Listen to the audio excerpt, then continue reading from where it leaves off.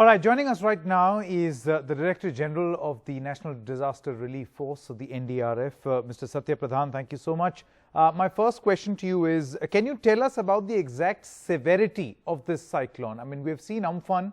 What about this cyclone's severity?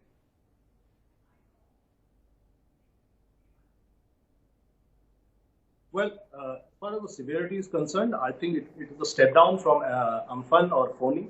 Amphan was an extremely severe cyclone at the point of landfall, although it was shaping up as a super cyclone in the sea. This is 2 steps lower than that. This is a severe cyclone. It was not even a very severe cyclone. It's a severe cyclone. And the severe cyclone is placed between 90 kilometers per hour to about 110, which is the case this time. The IMD says that the gusting winds can go up to 120 kilometers per hour. So this is the severity.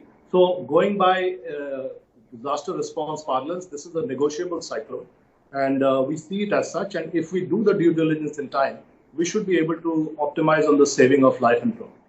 Now, Mr. Pradhan, I've been checking the websites of the Met Department, of the various news reports, and it says that the damage expected as far as this cyclone is concerned when it makes landfall will be damage to thatched roof, kacha houses. I just want to know from you, will the damage, what is your assessment? Will the damage be considerable in rural pockets, or you're really hoping or preparing, hoping for the best that nothing happens, but also preparing for the worst that not a lot of damage happens in Mumbai? This is the first time it's going to hit, a cyclone is going to hit Mumbai in more than 100 years. Where do you think will the damage happen most? Villages or Mumbai city? Well, as far as the villages are concerned, villages are now mixed villages. They have pakka and kacha houses. So wherever there are kacha houses, I think it's a risk. And people should move to pakka constructions, and probably bigger pakka constructions like schools and colleges and institutional panchayat bhavans, etc. That makes sense, and this is what is being attempted right now as we speak. From the morning, evacuation has started in the village areas, in the coastal districts of Maharashtra specifically, and also in Gujarat. As far as the urban areas are concerned, like Mumbai and Surat, I would say Mumbai could have an impact, because we have seen that wind speed 120 kilometers per hour of the cyclone Amphan residue had an impact in Calcutta, which was substantial. I would not rule that out in Mumbai. Depends on the structural formations in Mumbai, but certainly the urban administration will have to be on its toes. Mumbai will see wind speed and also additionally rain. And rain can be an issue in Mumbai, as we all know. Heavy rains can be an issue, and especially if it is accompanied by storm surge, which is going to be about 4 meters as per the IMD predictions. So all in all, a combination which has to be tackled efficiently, with people being on their toes all the time, and restoration services should be at hand immediately, because we must remember that we are not only facing the cyclone in Mumbai, we are facing cyclone plus COVID-19, which is an issue there. That's true. That's true, Mr. Pradhan. And that complicates matters further, particularly for Mumbai, which has seen a spurt in the number of COVID cases also. But Mr. Pradhan, does the NDRF on its part, and I'm not talking about others, but NDRF on its part, do you do damage preparedness checks in big cities like Mumbai on possible damages, which may then help you to prepare? Well, the damage assessment or pre-assessment is essentially done by the by the IMD, the Indian Meteorological Department. We rely on that and take its report on board when we prepare ourselves. So essentially, it is the IMD's mandate, and it has done so. So it has very specifically mentioned what are the kind of structures that are going to be damaged. For example, it has mentioned that hoardings, if they are in the path of the cyclone, they will be damaged. They'll probably fly, and they'll be flying objects which can be lethal. Anything loose on the rooftops of houses or buildings can be lethal flying objects. So, and loose poles or loose wires can become lethal. So all this has been pointed out not only by the IMD, but yesterday during the video conferences that were held so consecutively with both the states, Maharashtra and Gujarat, where the chief ministers of both the states are present. So I think they are on board and everybody is clued into this potential of the damage. I hope everything turns out well. Well, exactly. As you have told me in the case of Cyclone Amphan also, you hope for the best and prepare for the worst. But Mr. Pradhan, you mentioned that there is a double whammy for Mumbai, where on one hand you've got rising COVID cases, on the other you have this cyclone.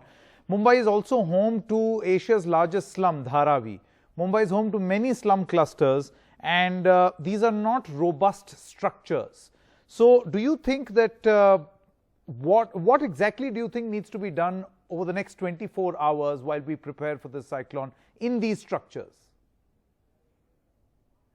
Well, the good thing is that the administration in both the states has come on board and about the seriousness of it, and on the principle that let us prepare for the worst, even if we hope for the best, we should prepare for the worst. And both the states are on board on that principle. And I'm given to understand that in Maharashtra, in Mumbai specifically, the slum areas have been asked to be evacuated, especially the low-lying areas where waterlogging happens traditionally. The slum areas are being evacuated, and I think a substantial push has been given to this exercise. So that is sensible, and that is what we should be doing well in time, so that when the actual storm strikes, we are not in the path of danger or path of harm. And I think that is being done this time. There is a heightened awareness generally in the states about handling such cyclone and other situations, similar disaster situations.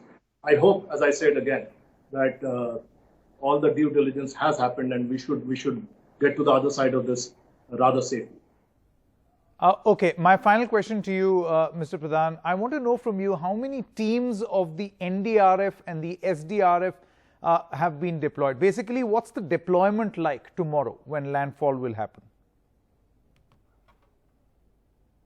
Well, along with the SDRFs and other state agencies, we are a force of assistance, and in both the states we have come in larger numbers. 16 teams are in situ in Maharashtra as it is. All the 16 teams are being used.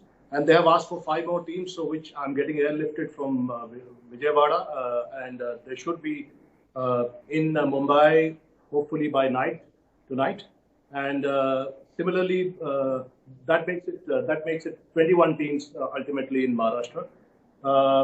Gujarat similarly has 11 teams, but has asked for 5 more teams, and they are being airlifted as we speak. In fact, they are being loaded onto the aircraft as we speak in Bhatinda, and they should be again in somewhere in Gujarat, either Rajkot or Ahmedabad, whichever is the chosen airfield, by dinner time. So they will be hitting the ground running almost. They will be deployed by late night. So in all, 16 teams in Gujarat and 21 teams in Maharashtra, and more teams on standby across the country if required. I think we have also deployed 2 teams in Daman and Diu for good measure in the UT, and also in Silvassa, one team. So all in all, I think the entire phalanx of teams is present, and we have done whatever is required. As I said, let's hope for the best. Yes, let's hope for the best, and let's also hope that the damage is extremely limited. Mr. Satya Pradhan, thank you so much for speaking to NDTV.